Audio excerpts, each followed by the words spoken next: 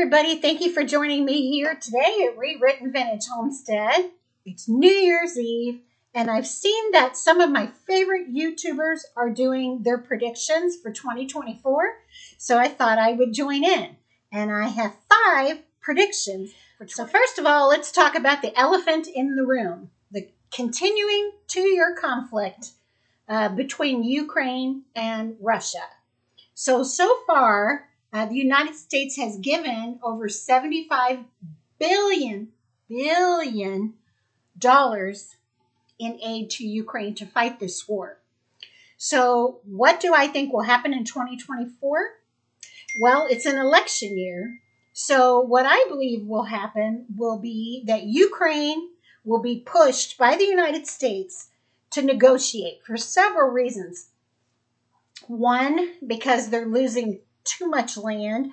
2, they're losing too many lives, and they have no chance of winning, despite receiving aid from United Nations, not much, and the United States, the majority.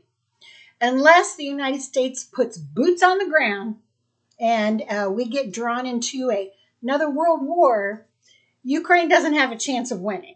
So they're going to have to negotiate with Russia, probably give up some land, and then whoever wins the, let's say that President Joe Biden gets them to negotiate this election year before November, and something would happen to that extent that they would concede some land or agree to not join NATO, then he could take the credit for the ceasefire and the negotiations and putting an end to the war. So that's my prediction. We're going to see a big push for that. And I think we'll probably see some kind of concessions on the part of Ukraine. The second elephant in the room, of course, is Israel and the Gaza Strip and the Palestinian people.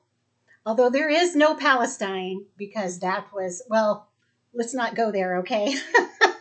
Israelis were Palestinians once as well.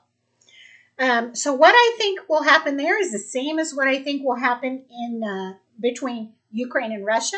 I believe the Biden administration is going to be pushing for a ceasefire. They're going to be putting pressure on Israel to come to the table with Hamas to negotiate because of the loss of lives for humanitarian reasons. And so he is once again going to be pushing Netanyahu to let them back in, let the Palestinian people back in to that area, which Netanyahu is not going to want to do as long as Hamas is in power, which the Palestinian people voted for. But the United States is still going to be pushing for major concessions on the part of Israel. Over 10 million people have entered the United States illegally since the Biden administration took office. You can find these statistics anywhere from all different sources, so it's no exaggeration. Just last month alone, 2.3 million people crossed into the United States illegally. So do I think we're going to see anything happen on that front? A wall built. The Border Patrol giving back some powers so that they can stop this. People being prosecuted. No. Why not? Election year. What we're going to see is a push, sweeping push, to make anyone who is here in the United States illegally, who can hold a job, be given voting rights so that they can vote. So if you followed me this far, I bet a lot of you are thinking, she's going to say Trump's going to win the election. She's a MAGA person. Okay, but I'm going to surprise you. I don't think he's going to win. I don't. For several reasons, but one of them is because of the illegal immigration, that those people will be given voting rights. And they will be encouraged to keep Biden in office so that they can get their free health care, their free food, their free education, their free child care. So I don't think he has a chance to win that way. Let's also remember that they're doing everything they can right now to keep him off the ballot.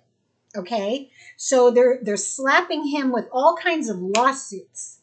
And even though he's been under investigation, well, he was president for 4 years, he's been out of office for 4 years, they've not found anything yet that they can charge the man with to put him in jail.